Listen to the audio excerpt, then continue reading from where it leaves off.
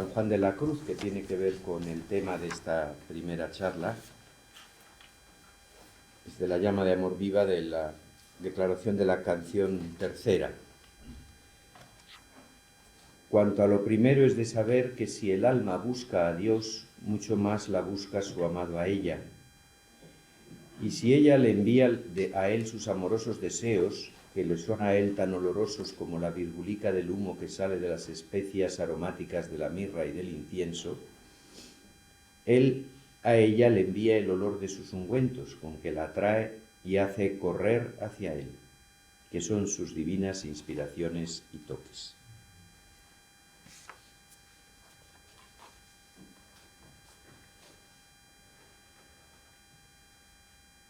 Gloria al Padre, y al Hijo, y al Espíritu Santo. Como era en el principio, ahora y siempre, por los siglos de los siglos. Amén. Muy bien, pues en esta primera charla me toca presentaros las relaciones entre la moral cristiana y la espiritualidad, y más en concreto, al final hablaré de la espiritualidad carmelitana. En particular me referiré a los santos padres, a Santa Teresa y a San Juan de la Cruz. Nosotros sabemos que el camino de la vida cristiana es uno, es indivisible, pero se desarrolla en muchas facetas. La vida cristiana es vida espiritual, es vida moral, es vida apostólica, es vida pastoral, vida litúrgica, misionera. En el vivir estas distintas dimensiones, el bautizado avanza en el camino, en la peregrinación que es esta vida, y que nos tiene que llevar hacia la configuración con Cristo. Hablar de configuración con Cristo, hablar de santidad, hablar de unión con Dios, es en realidad una misma cosa. La vida moral y la vida espiritual aparecen particularmente relacionadas o íntimamente relacionadas en este camino de la configuración en Cristo del creyente. Y eso se ve también en las materias teológicas, que las estudian, que es por donde voy a empezar, la espiritualidad y la moral, o la teología espiritual y la teología moral, que se confunden. Ahora ahí tenéis una cita de Aristide Fumagalli, un teólogo moralista italiano, que usa una imagen bíblica muy ocurrente para explicar la relación entre estas dos materias, ¿no? Dice él: la historia de la relación entre teología moral y teología espiritual en el curso de la historia podría compararse a la de los dos gemelos bíblicos, Esaú y Jacob, que aunque han sido engendrados en el mismo seno materno, conviven no sin conflictos, reivindicaciones de autonomía y lucha por la primogenitura. ¿Qué es más importante, la teología moral, la teología espiritual? La teología moral debe absorber a la teología espiritual, viceversa. Bueno, eso, como vamos a ver, no es una cuestión académica, una pelea entre especialistas que se comen la tostada unos a otros, por usar una expresión coloquial, sino que en realidad responde a una verdad de la vida cristiana, y es que vida espiritual y vida moral están íntimamente unidas. Hay una problemática real que Fumagalli ilustra con esta comparación tan ingeniosa, que explota sobre todo, pero no voy a entrar en detalles porque ya bastante rollo es esto como para hacerlo más grande. No se encuentra en los orígenes de la teología, sino más bien surge a partir de la separación de la misma y en la articulación, la nueva articulación que se da en la época moderna, sobre todo en la renovación del siglo XX y la que sigue al Concilio Vaticano II. Es curioso que en el Concilio Vaticano II hay bastantes referencias a la teología espiritual, y sin embargo hay un número fundamental para lo que se refiere a los programas de estudio de teología, que es Optatam Totius 16, y ahí no aparece la teología espiritual. Sin embargo aparece la teología moral, ¿no? Bien, durante algún tiempo la cuestión estaba muy bien resuelta, porque la moral se tenía que ocupar más bien de cuestiones prácticas, de cosas externas, ¿no? Y se seguía como una especie de principio, que yo, resumiendo mucho y casi caricaturizando, os lo voy a decir de esta manera. La moral preparaba el alma del creyente a través del cumplimiento de los preceptos para que se adiestrase en la vía de la gracia, en los caminos de la gracia. Una vez llegados a este punto, la moral podía poner en brazos de la ascética a la persona que entraba ya en una vida espiritual, en una vida de consejos. En las obras, me parece que se llaman, espero no confundirme con la palabra, me corregiréis, supererogatorias, ¿no? Lo que está más allá de lo que está mandado. Yo cumplo los mandamientos, vale. No, doy un paso más y entro en el ámbito de la ascética. Y de ahí ya se podía entrar en la vida mística y alcanzábamos la santidad. ¿Y eso dónde lo vemos muy bien? Pues en las iglesias. Porque tú entras en una iglesia y ¿qué ves? Santos, ¿no? Y santas. El 90% frailes y monjas. ¿Por qué? Porque los laicos, a lo más, llegaban a cumplir los preceptos. Y eso no les permitía llegar a la santidad. Yo le dejé a mi abuela una estampa de un señor de la adoración nocturna que era venerable o estaba en proceso, no sé qué cosa, y cuando le vi allí con chaqueta y corbata, mi pobre abuela pues se escandalizó. ¿Pero qué me das a mí esto, un señor con corbata? Yo esto no le rezo. No, y los sacerdotes, bueno, pues alguno llegaba, Por eso los estados de perfección, la vida más perfecta, ya sabéis, la vida religiosa más perfecta es la vida del carmelita descalzo, solamente superada por el cartujo. Bueno, es así, es verdad.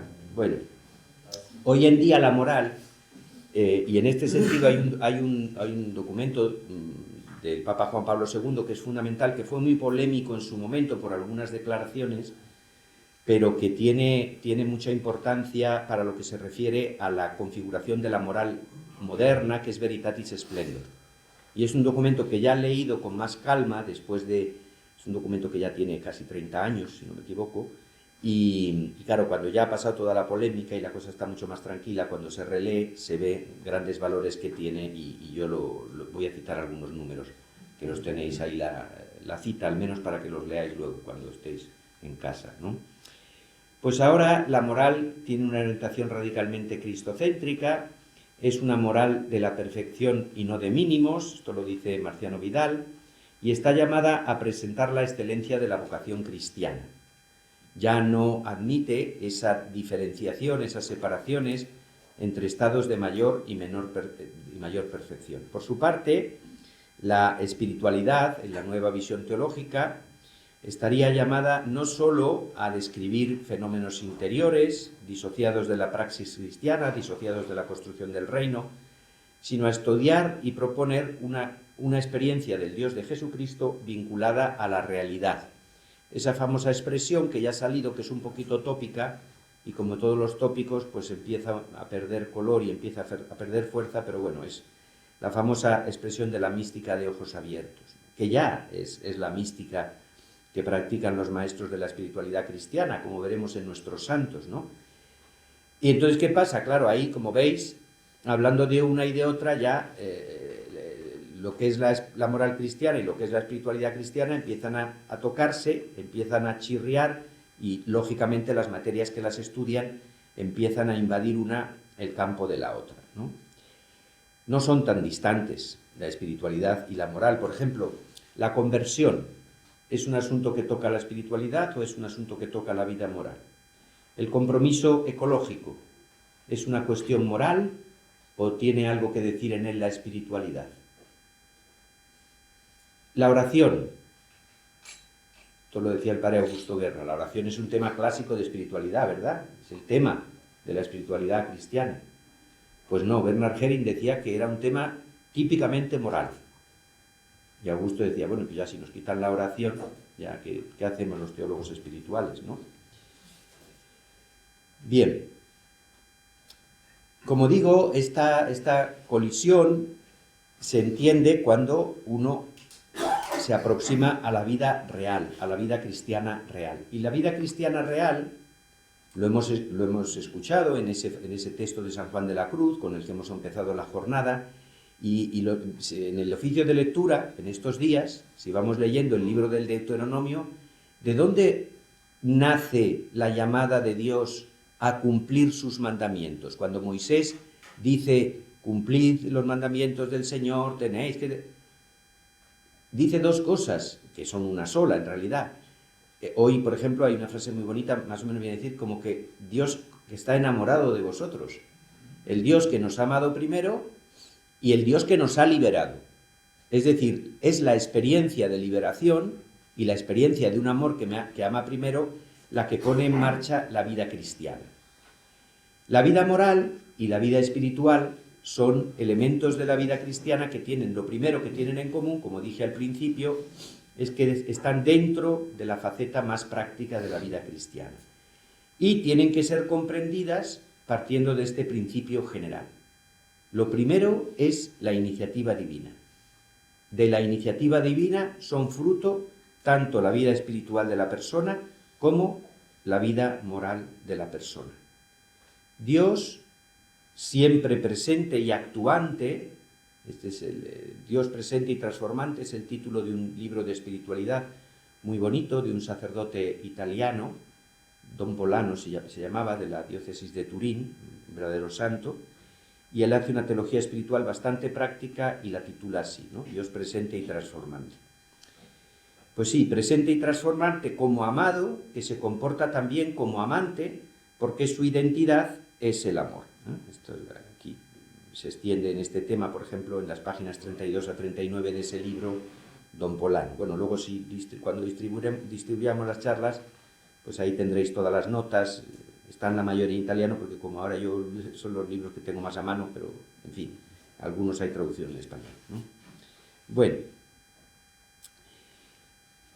dentro de este principio general, la vida moral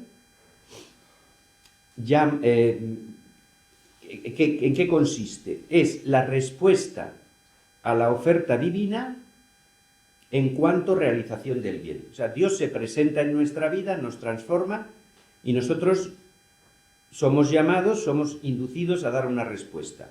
Esa respuesta en su vertiente moral sería una llamada a hacer el bien. Y ahí tenéis una referencia, no lo voy a leer ahora para no alargarme, en Veritatis Splendor 9. No está la llamada aquí, pero vamos, lo tenéis en el texto, ¿no?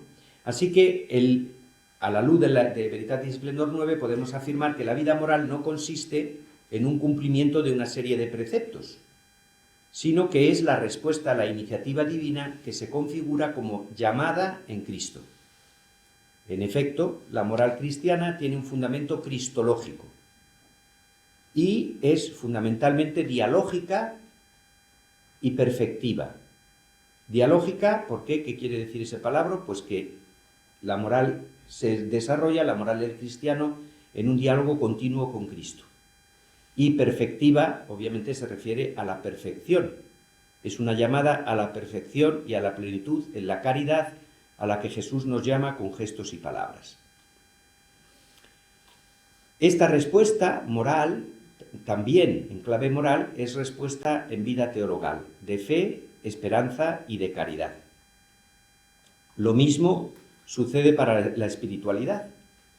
No podemos entenderla como una acumulación de prácticas de piedad, de prácticas de devoción, de técnicas de oración, sino un proceso a través del cual el ser humano se abre a la presencia de la vida cotidiana del Dios Trinidad, a la fuerza transformante del Espíritu que nos conduce a la identificación con Cristo y a la vivencia de sus sentimientos. Y en la misma clave teologal se responde a ese vivir los sentimientos de Cristo Jesús, a dejar que Cristo viva en mí y que no sea ya el que viva, no sea ya yo el que viva. ¿Cómo podemos caracterizar entonces vida moral y vida espiritual? Pues la vida moral sería aquella que expresa más claramente, en modo evaluable, en modo visible, obras son amores y no buenas razones, la respuesta humana a la iniciativa divina, sobre todo a través del ejercicio de la caridad fundada en la fe y fundada en la esperanza. La vida espiritual manifestaría más bien la acción del Espíritu en la persona. Aquí es más visible la iniciativa divina que va a fundamentar la respuesta humana, más visible en la vida moral. Voy a decir una cosa que ya ha salido al menos 2 veces, la dijo el padre Marín y ayer también se afirmó, ¿no? La necesidad, en la charla de Samuel, la necesidad de ser nosotros mismos. Y aquí ya hago una primera referencia al Carmelo, no a Juan y a Teresa, sino a Teresita. Teresita dice al inicio del manuscrito A que la santidad consiste en ser lo que Dios quiere que seamos. Atención, porque no está diciendo que es que Dios tiene un modelo al que todos nos tenemos que ajustar. Ese ser lo que Dios quiere que seamos significa ser nosotros mismos. Pues entonces vivimos según la ética cristiana cuando somos nosotros mismos, y en ese ser nosotros mismos nos convertimos en actores principales. Al menos en modo prevalente, en modo más visible, porque todo es acción de la gracia, evidentemente. Mientras que vivimos según la espiritualidad cristiana, cuando el Espíritu Santo es el protagonista, es el que toma más la iniciativa y nosotros nos unimos a él desde lo profundo de nosotros mismos. Si nos damos cuenta, los 2 elementos, el elemento de vida espiritual y el elemento de vida moral, son manifestaciones armónicas. La actividad del ser humano, configurado por el Espíritu Santo, está íntimamente unida a su acción. Y en la experiencia cristiana podemos hablar de 2 momentos, vividos en continua relación y concordancia. En su vida espiritual, el creyente, esto es algo como muy pedagógico, la realidad de la vida no sucede exactamente así, ¿no? Pero para que nos entendamos es como si a través de los ejercicios del cultivo, del cuidado de la vida espiritual, el creyente sería instruido en el Espíritu y preparado por él para recibir en modo adecuado la gracia. Este es el primer momento que se convierte en impulso y fundamento de su vivencia moral. Lo vamos a ver en Santa Teresa, en mi opinión es bastante claro. El segundo momento, más responsorial, en el cual la persona realiza en el ámbito práctico su condición de hijo de Dios, en su condición de imagen de Dios, es la realización de la vida moral. La persona actualiza su condición creatural en el cumplimiento concreto de la construcción del reino, condición que viene reforzada interiormente mediante el cuidado de la vida espiritual. Y entramos ya en una especie de círculo, o mejor, a mí me gusta más hablar de espiral, ¿no? Vida espiritual y vida moral íntimamente relacionadas que contribuyen a que la persona vaya avanzando hacia la configuración con Cristo. En ese sentido, es muy interesante leer los números 23 y 24 de Veritatis Splendor, que no lo voy a leer aquí porque es muy largo y llevaría mucho tiempo. En definitiva, parece claro que una vida moral, para ser auténticamente cristiana, tiene que nacer de una experiencia evangélica de Dios que llama a vivir al estilo de Jesús. Y ahora voy a usar una terminología que usa mucho Marciano Vidal. Esta experiencia de Dios, esta vida espiritual, redimensionaría el actuar humano. Es decir, nosotros ya no actuaríamos por una imposición, se dice heterónoma, ¿verdad? Esta palabra seguramente la habéis oído, quiere decir que viene impuesta desde fuera. No. Una imposición heterónoma de mandamientos que han de ser cumplidos a toda costa, sino como respuesta adecuada a las exigencias del amor que nos ha amado primero. Del mismo modo, una vida espiritual auténticamente cristiana encuentra su campo de verificación en la vida moral. Es decir, que a la hora de confirmar nuestra experiencia espiritual, si es verdadera o no, no tenemos otro campo, no tenemos otra posibilidad, no tenemos otra vía que la vida moral. Y esto ya nos va sonando, las obras que justifican, que verifican, por mejor decir, porque la palabra justificar puede sonar un poco peor, ¿no? Además, la vida espiritual cristiana, así verificada a la luz de la vida moral, no pierde de vista la horizontalidad que es tan necesaria, el compromiso por los valores del reino. Esto nos permite comprender además cómo la oración cristiana, en un caso muy particular, resulta completamente diferente de otras formas de oración, sean, por ejemplo, religiosas, como las formas de meditación oriental, o las formas de meditación no religiosas, como por ejemplo el famoso mindfulness. Son cosas completamente distintas, porque, por ejemplo, a través del mindfulness yo desarrollo un proceso de introspección, en el que me busco a mí mismo para mejorar y dar un mayor rendimiento. Cuidado, porque las grandes tecnológicas, Apple, Google, Facebook, todas estas, Meta, están promoviendo que sus empleados hagan cursos de mindfulness. ¿Por qué? Porque han verificado que eso aumenta el rendimiento de trabajo de estas personas. Vale.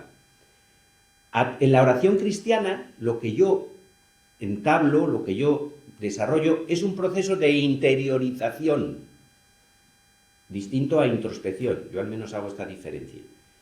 Interiorización, que significa diálogo, encuentro, porque entrando en mí no me busco a mí, sino a aquel que habita en mí.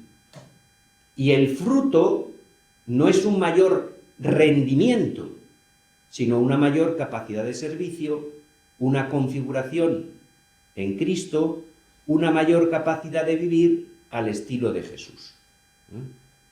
Entonces yo me puedo mover en una espiritualidad completamente vertical, sin necesidad de que haya una referencia a Dios, una espiritualidad vertical en el sentido también de introspección, yo, o me puedo mover en un nosotros al cual me ha empujado la exigencia moral cristiana. No se trata de búsqueda de estados superiores de conciencia, a través de a los cuales se llega mediante la realización de determinadas obras de tipo ascético que llevan al gozo de fenómenos extraordinarios, etc. No es cristiana, no será nunca cristiana, y a esto ayuda la vida moral, a que la espiritualidad cristiana no subraye exageradamente la división entre espíritu y materia, entre sagrado y profano, entre eterno y temporal. Es propio del amor el abajarse, decía también Santa Teresita, ¿verdad? Pues la vida espiritual no es solo subir, sino también bajar. San Juan de la Cruz hablará de la subida del Monte Carmelo, pero no olvidemos que a lo que invita la Santa al final de las moradas, lo vamos a ver enseguida, es precisamente a bajar. Esta visión, este modo de entender las cosas, aunque no todos los teólogos lo admiten, es una visión personal que he construido sobre la base de esos autores a los que he leído, pues salvaría la autonomía y la vigencia de los tratados teológicos que estudian la vida espiritual y la vida moral, es decir, la espiritualidad y la moral o ética teológica cristiana. La moral estaría llamada a estudiar, teniendo en cuenta la revelación, los datos de la teología dogmática, etc., la praxis cristiana en cuanto a acción del hombre en el mundo. La teología espiritual, por su parte, estudiaría los fundamentos y las dinámicas de la experiencia inmediata del Dios de Jesucristo, de la experiencia mística, que sería una experiencia para todos y no solo para unos pocos. Esto sería ya el resumen a la luz de lo que hemos visto de la configuración de la vida cristiana, moral que viene redimensionada por la espiritualidad que viene verificada y centrada en el Evangelio por la moral. Entonces las ciencias que las estudian, la teología moral, se ocupa de la praxis cristiana en cuanto a acción del hombre en el mundo. La espiritualidad se preocupa de los fundamentos y las dinámicas de la experiencia inmediata del Dios de Jesucristo. Pero atención, que aquí, así dicho secamente, da la impresión que son dos ciencias meramente analíticas, es decir, que ven una realidad y se limitan a describirla, a hacer un análisis de esa realidad descriptivo. No solo eso, tienen que ser también propositivas, ¿no?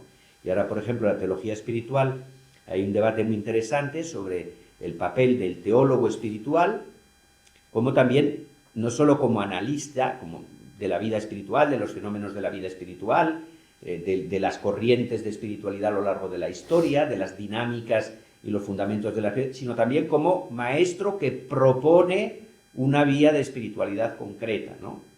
Que eso, por ejemplo, este autor que os citaba, que ya ha fallecido, don Polano, sería más bien un teólogo que analiza, pero también propone, ¿no? Y hay una teóloga americana que es moralista, Donna Orsuto, que está en la Gregoriana, y ella pues escribió un libro con otro autor y hablaban de la necesidad de que el teólogo moralista tenga una serie de características que hacen de él también un cierto maestro de vida espiritual, ¿no? Y ya me decía una vez una persona un poco bromeando, dice, bueno, ya solo falta que digan que el teólogo moralista también tiene que ser guapo y ya con eso lo arreglamos todo, ¿no? Tenemos que tener todo para ser teólogos moralistas. Bueno, ¿cuál sería la propuesta del Carmelo teresiano? Claro, el título puede ser un poco desilusionante luego cuando se ve el contenido de lo que os voy a decir, porque una respuesta a las cuestiones éticas de nuestro tiempo, madre mía, ¿qué pasa? Que en las obras de nuestros santos se responde a todos los dilemas que hay, aborto, eutanasia, células madre, sobre todo problemas de bioética son, pero también, por ejemplo, cómo acoger a los divorciados y vueltos a casar, y todos los problemas de vida moral los resuelve el Carmelo. Pues eso es evidente que sí, pero yo no os voy a hablar de eso, no estoy hablando. A donde va la propuesta carmelitana es más bien a la moral fundamental y a lo que se llama la opción fundamental, que aunque en términos generales Veritatis Splendor la rechaza, la teología de la opción fundamental, yo creo que es que no se lee realmente lo que los teólogos moralistas han dicho que sea la opción fundamental, ¿no? Es esa disposición fundamental de la persona, esa orientación general de la persona a vivir según un proyecto moral concreto, en el que luego pues, puede haber fallos, puede haber debilidades, ¿no?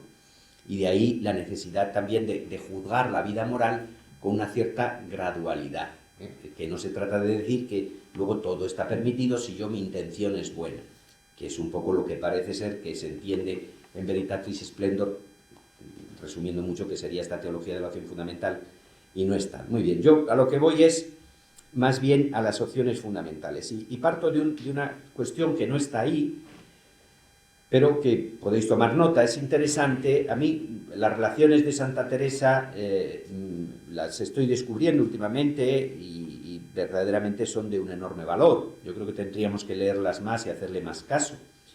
Aquí el padre Salvador ha hecho una edición y el padre Secundino, con el padre Diego, hizo una edición muy buena en Editorial de Espiritualidad, en el cual comentan allí, con el título que Editorial de Espiritualidad normalmente ha dado a este escrito de Teresa, que son cuentas de conciencia. Se llaman cuentas de conciencia o relaciones. Entonces, la relación segunda, en la cual ella hace ante su confesor un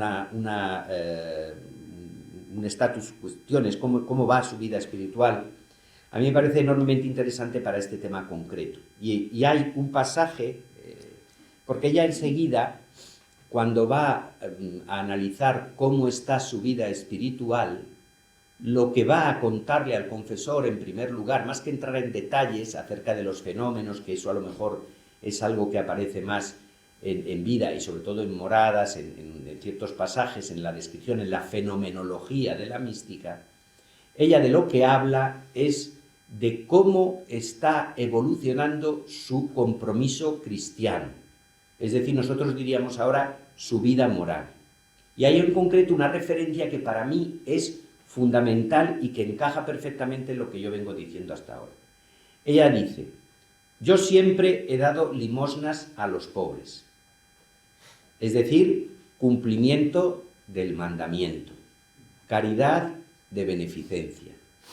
Pero desde que vivo esta vida nueva, como dice en el capítulo 23, ya en el capítulo 10 del libro de la vida, siento por ellos, estoy citando de memoria, o sea que no es esta la cita entera, siento por ellos un gran amor, les daría incluso lo que llevo encima, ha dado un paso no hacia el cumplimiento, sino a aquello que la configura con Cristo, a una caridad teologal, que supone un compartir lo que somos y tenemos. Es decir, ella evidentemente cumplía la vida moral, sus padres se habían preocupado en educarla para vivir vida moral cristiana, pero la vivía más bien como cumplimiento, como algo que hay que hacer, como algo que nos pide la Iglesia, que nos pide Dios.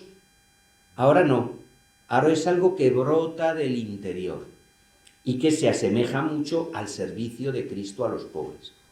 Por eso digo que a mí esa cita me parece tan interesante, aunque luego pues no la he incluido aquí, ¿no? Obviamente, lo vamos a ver, ni San Juan de la Cruz ni Santa Teresa hablarán de moral, de ética. Por lo que se refiere a Santa Teresa, ella habla más bien de virtud y de vida virtuosa o de plenitud del amor. En Teresa, la vida virtuosa, la vida moral a la que ella llama, que es absolutamente necesaria como verificación de la vida espiritual, lo veremos ahora mismo, es respuesta a la llamada de Dios, al don divino. Y en este sentido se inserta plenamente en la tradición bíblica y la tradición evangélica. Las virtudes en Teresa no son un previo. Ella está plenamente en el esquema de preceptos, vida estética, consejos. Vida moral, vida estética, vida mística. Ese es el esquema de la vida espiritual en su tiempo. Pero ella lo supera en su expresión escrita, en cómo se comunica. Lo primero no es la vida moral, no es el cumplimiento, sino aunque en la vida real uno evidentemente cumple obras de vida moral, como he puesto el ejemplo de la relación segunda, sin necesidad de haber desarrollado una vida espiritual intensa o más profunda, por decirlo de algún modo, ¿no? Bien, como siempre en ella, como siempre en Teresa, todo comienza con la oración. La oración en la que se descubre que Dios quiere estar con nosotros, que Él nos ama y que es íntimo a nosotros, que no quita nunca la mirada de nosotros, que no se aparta. El que tanto me esperó, ¿verdad? Dice en el prólogo del libro de la vida, si no me equivoco. El seguimiento de Cristo, que es el espacio al cual entramos a través de la puerta, que es la oración, porque ya digo, el entrar, atravesar la puerta de la oración para ir al centro del alma, no es ir en busca de nosotros mismos, sino es ir en busca de Dios. Y al ir en busca de Dios encontramos a Cristo, que nos llama a practicar las virtudes como imitación. No hay que tener miedo a esta palabra. Esta palabra, que fue un término muy usado en la espiritualidad cristiana durante siglos, de repente nos entra miedo porque pensamos que imitación es como el mono de imitación. Y no tiene que ver nada, es un término precioso, que es sinónimo plenamente de configuración, de identificación, de lo que queramos, ¿no? No es simplemente repetir al buen tuntún los gestos de Cristo como si fuéramos un papagayo, ¿no? Es configuración. Y ahí pues ya voy poniéndoos una serie de citas que lógicamente son para leer después el que quiera, ¿no? No es un camino de sumisión, sino un camino de libertad. Pero ese camino implica renuncia e implica cruz. Y ahí desarrollo, según el esquema que he presentado antes, los dos momentos. En primer lugar, el don de Dios. Está claro que para Teresa la vida La vida cristiana, como vida de santidad, encuentra sus raíces en el don de Dios mismo. Y esto ya lo dice bien claro desde el libro de la vida. Él es la verdadera virtud. De Él proceden todas nuestras actitudes virtuosas. Al creyente toca disponerse a abrirse a la acción divina. Y abrirse a la acción divina solo es posible a través de la práctica de la vida espiritual cristiana, y dirá Teresa, en momento privilegiado para abrirse a eso es precisamente la oración. La oración, donde el Espíritu Santo actúa y Dios va realizando en nosotros su obra. Los frutos de la experiencia espiritual cristiana, fijaros ahí cuando está hablando de las maneras de regar el huerto, brotan del encuentro con el Señor y al mismo tiempo son pruebas visibles de la verdad de nuestra vida cristiana. ¿Veis? O sea, la vida moral brota de la práctica de la vida espiritual vivida, y al mismo tiempo dicen, esta vida espiritual, esta persona sí tiene una vida, es una vida espiritual auténtica, no es fingida. ¿Por qué? Porque da frutos evangélicos. Bien, dice ella, unido a la relación 2, a la cuenta de conciencia 2, interesante, en el número 5 de esa cuenta de conciencia, en el párrafo 5, unido a lo que os decía antes, de ese aumento en la confianza para la misión, un mayor espíritu de servicio y de pobreza, una superación del juicio de los otros, o sea, son todo, su mejora, su crecimiento en la vida espiritual lleva a un crecimiento en la vida moral, ¿no? Bueno, pues dentro de ese crecimiento en la vida moral, un profundo sentimiento de libertad, también muy importante. La vida espiritual y la vida moral coinciden o se encuentran en el hecho de que, lejos de coartar a la persona, de encadenarla, la llevan a una liberación. Porque me figuro andar en un sueño y veo que en despertando no será todo nada. Por lo que se refiere a la respuesta del hombre, pues a mí me gusta hacer referencia siempre a las 3 virtudes, famosas 3 virtudes teresianas, que no son mandamientos, que no son prácticas, sino que son un modo de estar en la vida, y que las conocemos todos muy bien, están en el Camino de Perfección, el capítulo de Valladolid, en el 4, parágrafo 4. Y esas 3 virtudes son el amor de unas con otras, el desapego, que hay que entenderlo un poquito más allá, creo yo, que no traiciona a la santa, porque no lo podemos entender como simple desapego de las cosas materiales, que ya lo da por sentado en las monjas, o desapego de las familias, que es en lo que ya insiste un poquito más, sino un desapego de nosotros mismos, una renuncia, lo diríamos así en una terminología a lo mejor un poco más moderna, una renuncia a nuestros proyectos personales. A mí me pone un poquito nervioso eso del que se ha extendido tanto en la vida consagrada del proyecto personal, que está muy bien, debe estar muy bien, yo nunca lo he hecho, debe estar muy bien. Pero el problema que tiene es que un proyecto personal no sirve para nada en una comunidad. Eso tiene que estar siempre vinculado a un proyecto comunitario.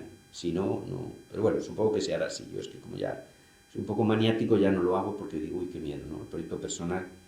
Desde que oí una vez que un padre le dijo a un joven, bueno, tú que estás estudiando esta materia, pues a lo mejor podrías venir aquí, que tenemos esta dedicación, esta orientación, tal. Y le dijo, no, padre, no. ¿Y por qué? Porque yo ya tengo mis proyectos personales. Ya desde que oí eso, le cogí miedo a esto, y digo, ya no quiero. Bueno, entonces renuncia al proyecto personal. Y la última, la humildad, que sabemos que es la humildad teresiana, que no tiene nada que ver con las humildades fingidas, que ellos las rechazaban, sino que es más bien una aceptación de la propia verdad. Y a mí me gusta decir también una aceptación de la autoridad del otro. La persona humilde, yo creo que su característica fundamental es, primero, el presentarse con sencillez y con simplicidad, dejándose apelar, ¿no? Y, segunda cosa, el otro, cuando se dirige a mí, tiene algo que quizás me pueda enriquecer.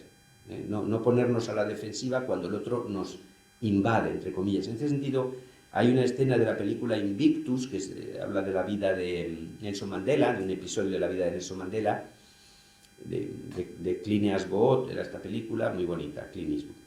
Y en una de las primeras escenas, él está corriendo, apenas elegido presidente, de madrugada con sus guardaespaldas. Y tiran unos periódicos desde una furgoneta y ven la portada y dice: ha ganado las elecciones, pero ¿sabrá gobernar? Entonces los guardaespaldas, ya están criticando y no has empezado, y ya te ponen en juicio, en cuestión tu capacidad. Y él responde: es una pregunta justa. O sea, ¿por qué no se puede hacer esta pregunta? Es una pregunta correcta. ¿Seré capaz de gobernar? Tendré que demostrarlo, ¿no? Entonces, eso para mí es humildad. La capacidad de decir, eso que el otro me dice que parece una agresión, y que a lo mejor hasta es una agresión, yo lo recibo y trato de buscar en ella la verdad que hay, ¿no? Sería una faceta de la humildad. Bueno, ¿quién es, aunque la santa no lo dice explícitamente, pero implícitamente está en todo el camino y en toda su obra? ¿Quién es la encarnación de las tres virtudes? Cristo. Las tres virtudes teresianas son virtudes de Cristo. Y eso está absolutamente, según mi opinión, no lo voy a demostrar aquí porque no puedo, ni tengo tiempo, ya se me está acabando. Es Jesús. Pero, claro, dice uno, entonces si lo primero que pide la santa son las tres virtudes, quiere decir que ella pone en primer lugar la práctica de la vida moral, ¿no? Porque las tres virtudes responden a aparecen en el capítulo 4 del Camino de Perfección, no en el primer parágrafo del primer capítulo. ¿Qué ha habido antes? La gran pregunta: ¿cómo habremos de ser? ¿Cómo habremos de ser? Es decir, ¿cómo responderemos? No cómo tendremos que hacer, porque luego las traducciones ponen hacer. Yo no sé, no veo hacer por ninguna parte, pues ponen hacer. ¿Cómo habremos de ser? ¿Cómo responderemos a la vocación, la primacía de Dios a la que hemos sido llamados? La respuesta la encontramos también al final del castillo interior. En las séptimas moradas, en el capítulo 4, sobre todo, Teresa no nos habla de que ser espirituales sea pasar a un estado superior de conciencia en el que estamos continuamente en la presencia de Dios y le vemos y Él nos ve, y todo eso estará en mayor o menor medida, de una u otra forma, ella ya lo ha explicado muy bien, en las sextas moradas. Pero lo que dice es, ser espirituales de veras es configurarse con Cristo, ser esclavos, como Cristo lo fue. De alguna manera evoca la terminología paulina de la carta a los filipenses. Bueno, entonces, a lo que voy con esto es que en nuestros santos parece bastante claro que en el desarrollo de la vida cristiana la vida moral es absolutamente fundamental, por cuanto supone la realización, la verificación, la verdad de la vida espiritual. Pero esa vida moral no será tal, ni evangélica ni cristiana, si no viene de alguna manera precedida, si no viene iluminada, si no viene alimentada de la experiencia del Dios que en Jesucristo nos ha amado primero. Y se configurará, en cuanto a vida moral, como servicio al estilo de Jesús, configurarse con Jesús. Bueno, ya no tengo prácticamente tiempo y es mucho lo que hay aquí, así que me voy a limitar en el esquema a lo que, para hablar de San Juan de la Cruz, ¿no? De nuevo, nos encontramos con un panorama parecido al de Santa Teresa, en el sentido de que Juan de la Cruz no ha escrito un tratado de teología moral, ¿no? A mí a veces me da un poco rabia con decir, bueno, es que San Juan de la Cruz no habla prácticamente de esto, o no habla prácticamente del otro, no habla de... Es que San Juan de la Cruz tiene una intención muy clara en sus escritos, y la dice desde el principio. Él va a tratar un tema concreto, que toca la vida espiritual cristiana. Y dentro de la vida espiritual cristiana, el proceso que lleva a la persona a la unión con Dios. Y cómo ese proceso se constituye. Entonces, claro, luego, hablando de eso, es verdad que hace sugerencias y ilumina para otras muchas cosas.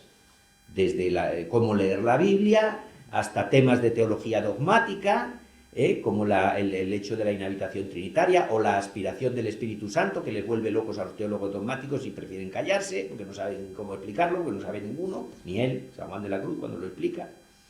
Entonces, hace sugerencias estupendas de cristología, pero todo eso es va saliendo al paso de lo que dice, no es su objetivo. Entonces, si hay algo que no dice, pues es que el San Juan de la Cruz no habla de teología moral, ya, ¿y qué no era su intención?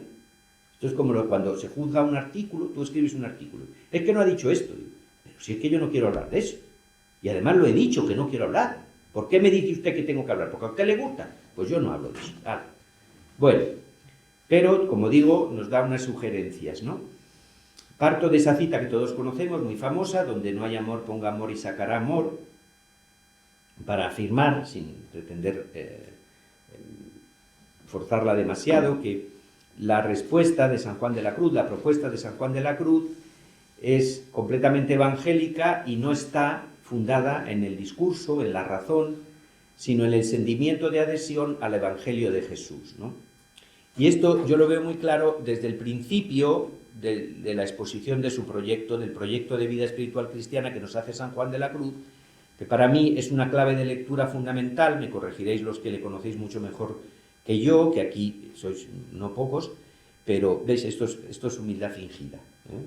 Esto es de la que no le gustaba a Santa Teresa, pero bueno, hay que decirla, es captatio benevolencia también, vale en la dialéctica. Bueno, entonces, para mí los capítulos 13 y 14 del primer libro de la subida, y leídos en orden inverso. El capítulo 14, él dice, más o menos, cito otra vez de memoria, que para esa transformación que él pide, es necesario liberarse de una serie de apetitos y de tendencias de los cuales solo es posible verse libre si uno viene por la inflamación de un amor mayor. Eso para mí es fundamental. Porque ahí ya el santo de las nadas, el santo ascético, el santo de la renuncia, pues ya lo podemos aparcar definitivamente. No hay tal santo de las renuncias. Es el santo del todo y es el santo del amor. Esa inflamación del amor mayor, ¿a qué me va a llevar? A lo que lleva toda inflamación de amor. Por ejemplo, yo no sé ni dónde está Alpedrete. Vosotros lo sabéis, debe estar cerca de Madrid. No he visto jamás Alpedrete ni he ido a Alpedrete. Suponeos, es solo una hipótesis, lo digo también para quienes vean la grabación, es una hipótesis para explicar. Supongamos que yo me enamoro de una señora de Alpedrete, a estas alturas donde vamos a ir, pero bueno, me vuelvo loco. A partir de ese momento, todo mi interés está en saber quién fundó Alpedrete, quién son sus personajes más importantes, las calles, las plazas. Cuando amamos algo, queremos conocerlo. Sabéis que ahí hay en filosofía, ¿se ama lo que se conoce o se conoce lo que se ama? Quizás es un poco las dos cosas, ¿no? Bien, la inflamación mayor del amor que provoca Dios, ¿a qué lleva a la persona? A conocer mejor a Cristo. Y eso lo encontramos en el capítulo 13, cuando él dice, voy a dar unos avisos para quien quiera recorrer este camino. El primer aviso, ¿cuál es? Traiga un ordinario apetito de imitar a Cristo. Curioso que use la palabra apetito. El que busca liberar a la persona de los apetitos, ¿por qué? Porque quiere inflamar con un apetito mayor. ¿Cómo le quitamos al niño el mando de la televisión, el ratón? El niño está con el ratón, lo va a destrozar. ¿Qué hacemos? Le damos el micrófono. Y el padre Antonio Cuervo se enfada, claro, lógico. Pero hemos conseguido salvar al ratón. Es una dinámica psicológica humana. Bueno, pues yo en lugar de darte el micrófono, lo que te voy a dar es la vida de Cristo, ¿no? Y de nuevo, ya por ir terminando, para no aburriros más, la moral que nace del proceso que describirá San Juan de la Cruz, y ahí lo veis como lo voy explicando, luego ya lo podréis ver en los apuntes, más completo, es lo que yo llamo la moral de la unión. Este es un tema que ya lo estudié hace muchos años en la tesis, una moral de comunión en la Trinidad con Cristo. En su sistema, leo ya del esquema y así ya termino y no eso. En su sistema, el santo nos muestra cómo la ética cristiana es redimensionada por la experiencia mística al paso de la unión, según avanzamos en la unión, llegando a su culmen como vida moral cristiana de la ley nueva. De una manera gradual, esto para mí es muy importante, la gradualidad parte de un concepto que el padre José Vicente, que en paz descanse, estudió mucho, que es la misericordia divina en cuanto a la paciencia, ¿no? Él usa una palabra que ahora no me viene, pero es la paciencia de Dios que condescendencia, la condescendencia divina, que incluso en San Juan de la Cruz llega a ser condescendencia. Él lo explica como condescendencia enfadada a veces, ¿no? Y pone el ejemplo del rey que se empeñan los judíos, los israelitas, en tener. Y él dice, pues dáselo, le dice a Samuel, si no es un desprecio a ti, es un desprecio a mí. Y Dios no quiere que tú vayas por ahí en la vida espiritual. Pero dice, bueno, le voy a dejar, a ver si tirando por ahí, luego le puedo reconducir otra vez, va a dar un meandro tremendo, pero bueno, yo luego le vuelvo a meter en la fila bien, ¿no? Esto que en vida espiritual se admite, en vida moral hacemos un problema enorme. Y claro, ahí Veritatis Splendor sí que se chocó. Por ejemplo, una persona homosexual que viene a confesarse, por ir a un caso muy práctico. ¿Qué le dices? No, es que usted tiene que vivir en castidad, si no, no le doy la absolución. O una persona que... Parece que el Papa Francisco lo que nos está tratando de proponer, con gran dificultad, porque no viene admitido por todos, es la asunción de procesos de discernimiento que llevan a una gradualidad.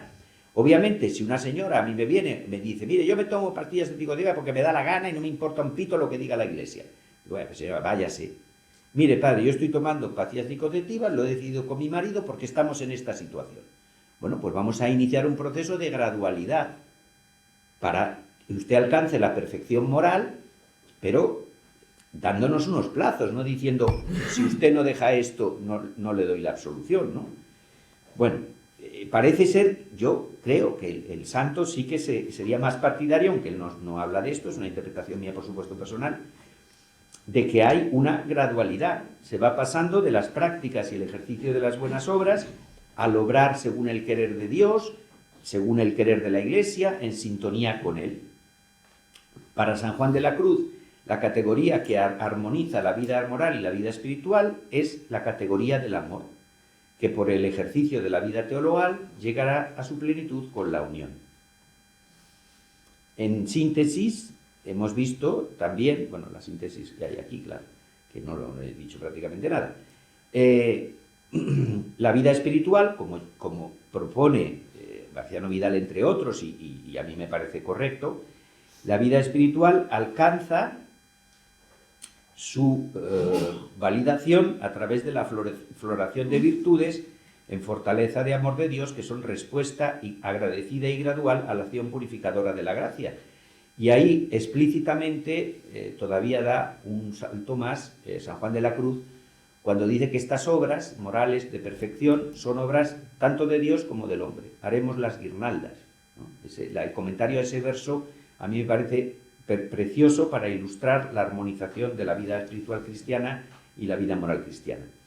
La vida moral, en el ámbito de ese camino, sería redimensionada porque ya no se preocuparía de esquemas de méritos y de preceptos, sino que se transformaría en vida hacia y en la Trinidad a través de la configuración o seguimiento de Cristo por la vida teologal con el auxilio del Espíritu Santo. En definitiva, vida espiritual y vida moral como vida de hombre nuevo en comunión con Dios, con los demás, con los hombres y con el mundo. Pues muchísimas gracias por vuestra paciencia.